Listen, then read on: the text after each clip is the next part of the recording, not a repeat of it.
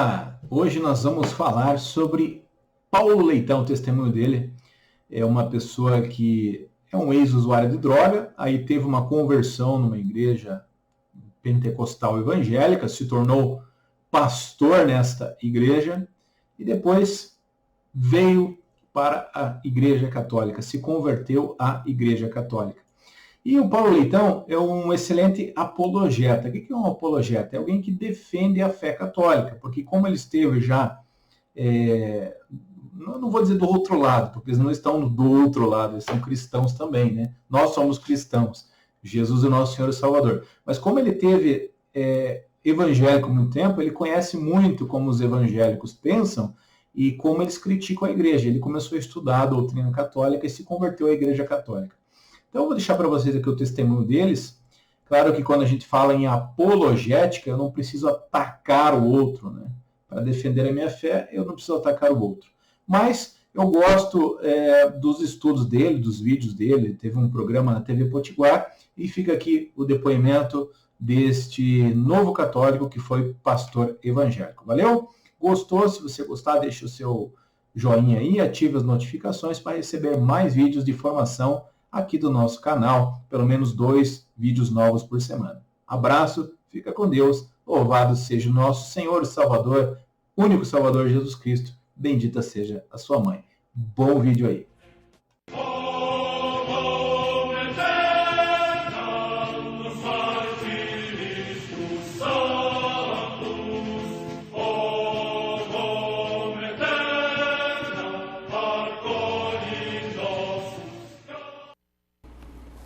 Salve Roma! Estamos aqui com o programa Em Defesa da Fé.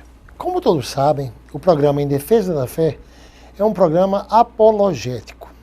Temos como alvo defender a Igreja Católica segundo as Escrituras e provar que tudo da Igreja, tudo é alicerçado nas Escrituras, que toda a tradição católica e apostólica está totalmente ligada às Escrituras e a tradição e as Escrituras caminham juntamente. Como disse o Papa Francisco, a tradição e a Escritura estão em unidade indissolúvel.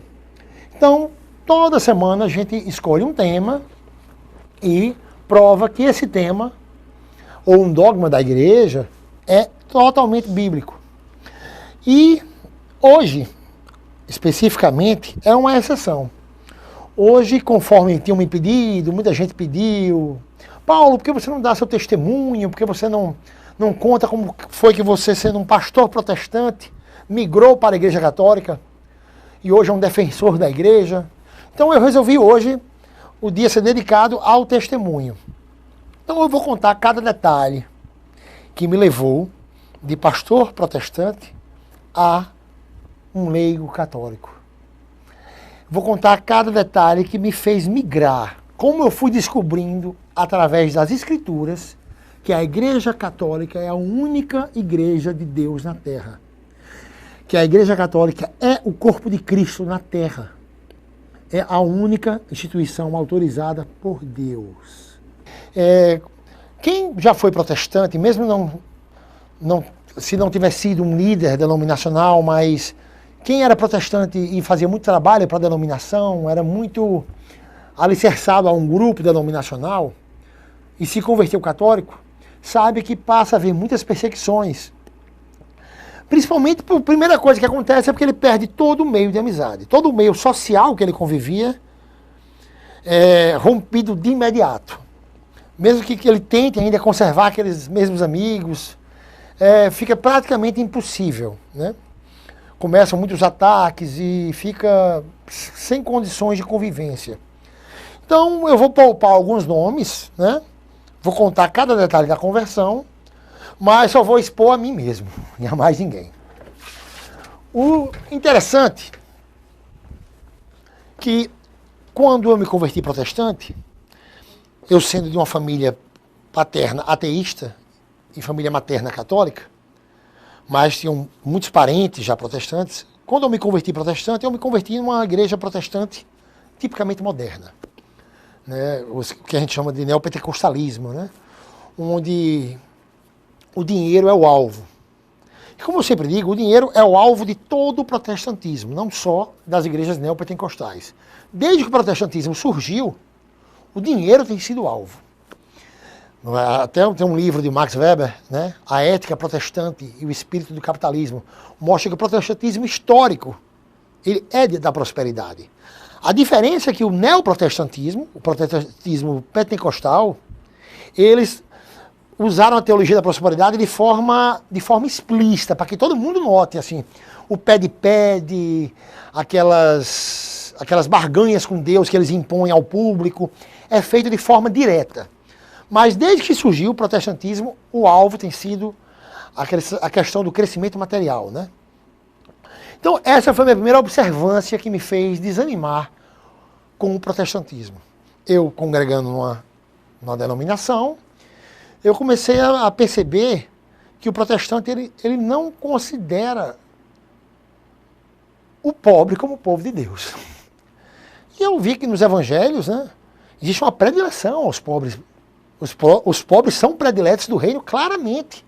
Né? Lá em Mateus, Jesus diz os pobres de espírito, mas em Lucas, Jesus diz os pobres.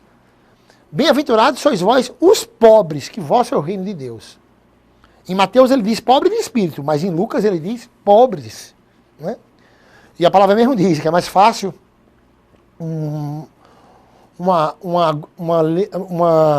camelo passar no buraco de uma agulha do que um rico entrar no reino de Deus. Não é impossível um rico entrar no reino de Deus, mas existe uma predileção aos pobres. E no protestantismo se pregava o contrário. O contrário do evangelho do nosso Senhor. Se pregava uma predileção ao rico. É como se o Deus protestante ele não gostasse de pobre. Inclusive, né, eu vi uma vez um pastor famoso na TV falar que a pessoa que é pobre, ela está amaldiçoada. Aí eu entrei numa questão. Meu Deus, São Pedro diz, não tem ouro nem prata. O próprio Filho do Homem não tinha onde reclinar a cabeça. São Paulo diz que passou fome e nudez. A própria Sagrada Família, quando fez a consagração de Jesus ao templo, usou 2 pombas, que segundo o livro de Levítico, só era permitido usar pombas se a família não tivesse recurso nenhum. Então, segundo a ótica protestante, todo esse povo de Deus era um povo amaldiçoado, porque os apóstolos eram pobres. A família sagrada era pobre. Então, essa predileção ao rico era bem clara no protestantismo. Isso começou a me desagradar. Então, eu, como tinha um grande ciclo de amizade no protestantismo, né, a gente fazia muitas obras juntos, né, ia pregar não sei aonde, na cidade vizinha pregar a doutrina protestante, a interpretação pessoal da Bíblia, que o protestantismo ele surgiu de uma interpretação pessoal da Bíblia. E a própria Bíblia diz, em 2 Pedro 1,20, nenhuma profecia da Escritura é de interpretação particular. Então eu me juntei com um pastor que veio de São Paulo, me juntei com um teólogo de uma igreja daqui de Natal e uma pastora de uma outra igreja bastante conhecida e fundamos uma placa denominacional. E rapidamente já estávamos com 3 pontos de pregação dentro da cidade de Natal, fora uma clínica onde eu ia toda semana fazer um trabalho de estudo bíblico, uma clínica de reabilitação. E rapidamente consegui também um programa de rádio, numa rádio protestante, pentecostal, né? E nessa rádio já começou algumas brigas, porque eu já ia contra a teologia da prosperidade, ia contra essa barganha com Deus, ia contra o ranço que o protestante tem contra a caridade. O protestantismo ele é contra a caridade desde que surgiu, né? Daí o sola fide, que foi edificado por Lutero, onde ele disse que a fé não precisa de obras, contrário à Epístola de São Tiago, que diz que a fé sem obras é morta. Então nossa denominação ela surgiu num movimento chamado Nova Reforma. Esse movimento protestante, chamado Nova Reforma, foi capa da revista Época, em 2009. Se você colocar no Google, Nova Reforma, revista Época, você vai ver um movimento que surgiu, um protestantismo novo, diferente, mas que, por incrível que pareça, se tornou moda. Hoje, esse tipo de protestantismo se tornou uma moda grande no Brasil. Na época eu fui pioneiro na minha cidade. E os próprios protestantes eram contra esse movimento. Que a gente fazia os cultos nos auditórios ou nas próprias casas. Inclusive eles tinham esse costume de fazer o culto nas casas, mas era o ministério de células. Então era ligado à denominação. Eles diziam que estavam voltando para a era primitiva, pregando nas casas, mas aí estavam pregando a doutrina da denominação. E a gente não, a gente estava procurando fugir mais do denominacionalismo, fugir o máximo possível da doutrina protestante convencional. Então, nesse nossa denominação que foi fundada, né, a gente começou a acordar um pouco. Com um ano de denominação, fazendo estudos bíblicos, eu percebi a questão da mariandade. A primeira coisa que me fez abrir os olhos foi a questão da mariandade. Por que é que o protestante tem um desprezo tão grande por Maria e, ao mesmo tempo, ele coloca a mulher como cabeça de culto, como pastora, como líder denominacional? Maria, que foi humilde, que nunca quis uma sucessão, um ministério apostólico, foi sempre humilde e obediente, né? Serva, eles são desprezo total. E as mulheres, eles colocam como líder denominacional, que a Bíblia condena totalmente o ministério de pastoras. Então eu comecei a ver outra contradição muito grande no protestantismo, né? Então, quando eu descobri a mariandade, eu tinha uma Bíbliazinha Almeida, que eu levava para as missões. Inclusive eu perdi minha mala numa missão que eu fui em Jerusalém. E essa Bíblia estava junto. Que essa Bíblia, no final dessa Bíblia, nas últimas páginas, tinha a filiação de todos os apóstolos. Então, e mostrando o versículo. Por exemplo, Tiago, mostrava quem era o pai de Tiago, as citações onde ele era citado na Bíblia. Aí eu já caiu a primeira farsa do protestantismo. Eu vi que aquela invenção deles, que Tiago era irmão carnal de Jesus, era uma farsa. Porque nessa Bíblia tinha um estudo, no final, que mostrava a filiação de todos os Tiagos. Então, uma das primeiras coisas que me fez despertar para a verdadeira doutrina foi a mariandade. Depois, eu comecei a ver a questão da intercessão dos santos. Então, todo o meu processo de conversão se deu através de estudos bíblicos. Muitos pastores que se convertem através da patrística, né, do estudo da tradição, mas no meu caso, foi somente estudo bíblico. Outra coisa que eu observei também foi a questão da intercessão dos santos.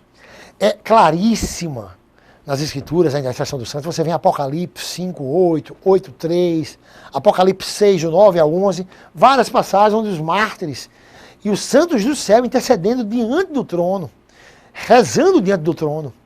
Em Apocalipse 6, do 9 ao 11, mostra que os mártires, as almas dos mártires, sabem até que não houve justiça na terra ainda.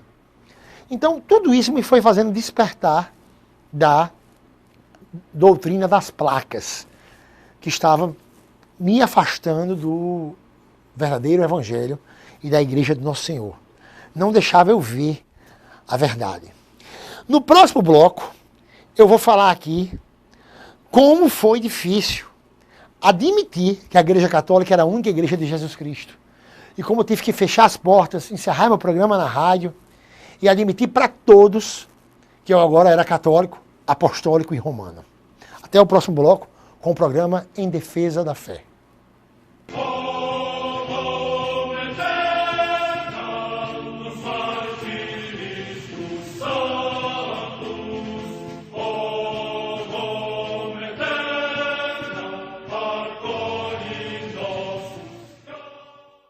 Uma escola tem que ensinar como ser. Aqui a gente não ouve falar de valores, a gente vive isso na prática. Importante essa base da escola, da minha família. O curso que eu escolher, eu sei que eu vou estar preparada. E graças ao Neves, além de eu conseguir passar, eu vou ser um bom profissional. É isso que a gente vivencia, educação com atitude. Tenho orgulho dessa escola. Aqui eu sou feliz. É completo. É o meu colégio. E pode ser o seu. Seja em Natal ou em Pipa, aqui você encontra belas praias, passeios incríveis e muito sol, além de uma excelente gastronomia. O paraíso é aqui. Venha passar momentos de intenso lazer. Entre em contato com a natureza. Seja para descansar ou se divertir, hospede-se conosco. Paradise Hotéis, Natal e Pipa, 4 opções para você.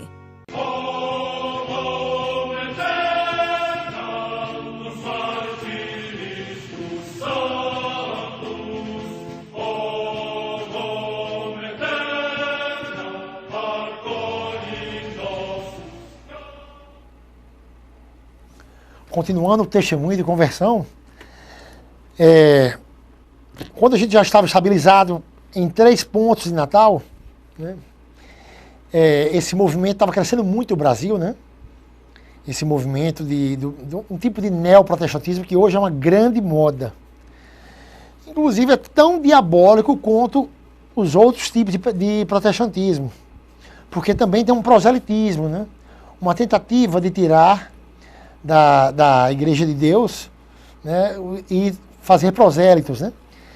Quando começamos esse tipo de trabalho, nós tínhamos o costume de convidar católicos para o culto, coisa desse tipo. E interessante é que eu já estava abraçando a fé católica, acreditando em vários dogmas da Igreja, já acreditava na intercessão dos santos, já acreditava na Assunção de Nossa Senhora. Só faltava uma coisa: acreditar que a Igreja Católica era a única Igreja de Deus. E quando eu tive coragem de assumir em público que já era católico, apostólico e romano, tive que fechar as portas, tive que acabar com o meu programa na rádio, assumir que eu estava enganado. Inclusive na introdução do meu livro, eu falo que eu estava inventando Jesus para mim mesmo. Porque o protestantismo, cada um inventa um Jesus da sua forma. O Jesus universal é diferente do Jesus da Batista, que é diferente do Jesus presbiteriano. Só existe um Jesus. E Paulo já alerta que vão surgir vários Jesus diferentes, né? Aqui em 2 Coríntios, Paulo alerta que vão pregar um Jesus diferente do Jesus que vem da Igreja Apostólica. E esse é o grande perigo. Com efeito, 2 Coríntios 11:4.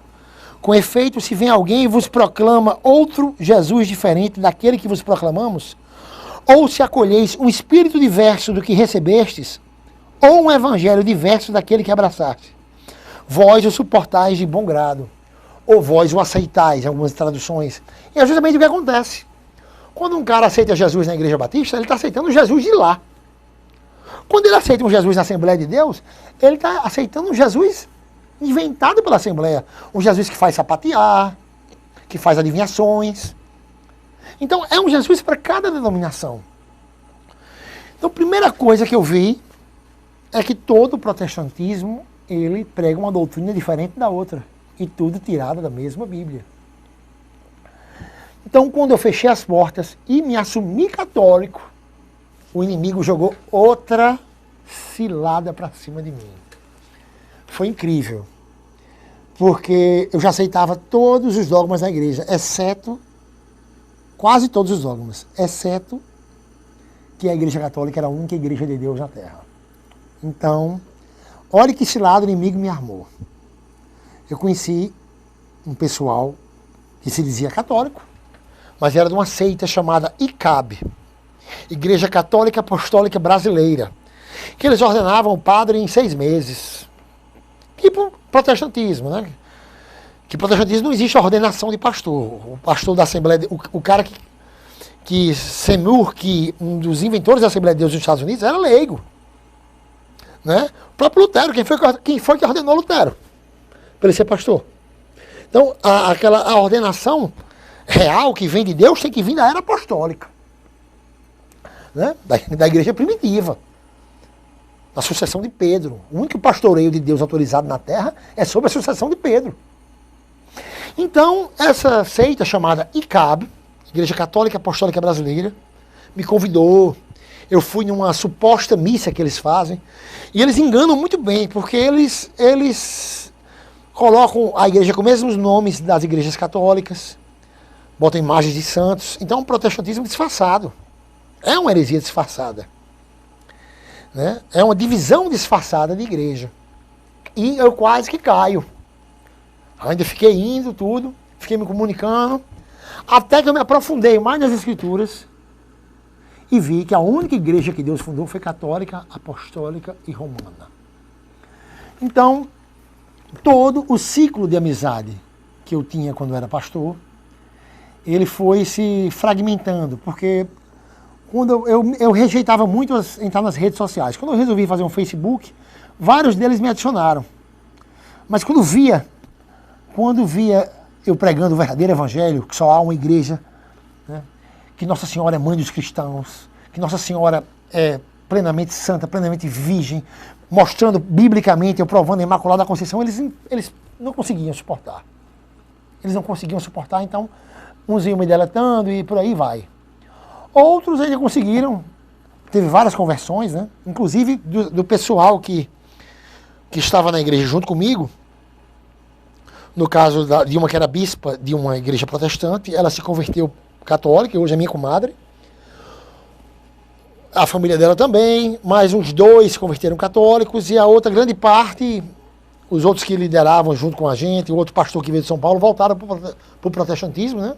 Continuaram no protestantismo, e a gente perdeu muito contato com todo esse pessoal. Como eu persegui a igreja, como eu persegui a igreja quando eu era pastor, eu resolvi defender até o fim dos meus dias. Então, meu ministério hoje é defender a Igreja Católica, o ministério de apologeta, e provar biblicamente todas as verdades.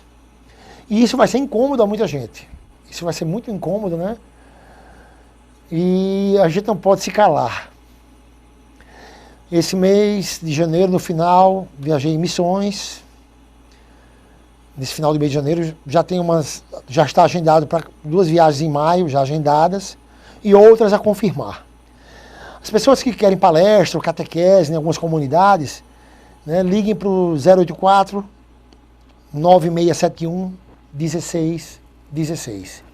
E o livro Um Filho em Defesa da Mãe já está disponível no site da editora. E também vocês podem encontrá-lo em Natal, na Jerusalém Artigos Religiosos.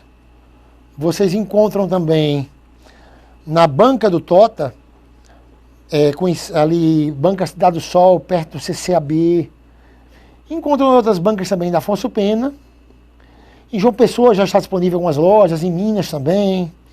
E qualquer pessoa do Brasil pode encontrar pelo site da editora, www.martiria.com.br.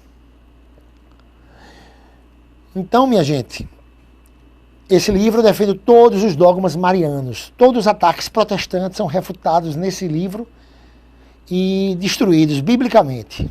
Todos os ataques que foram feitos à nossa mãe, Maria Santíssima. Então, minha gente, semana que vem estarei aqui com mais um programa em defesa da fé. Eu queria avisar que a defesa da igreja não vai parar. Doa quem doer. Estamos armados, viu? Com o texto e com as escrituras.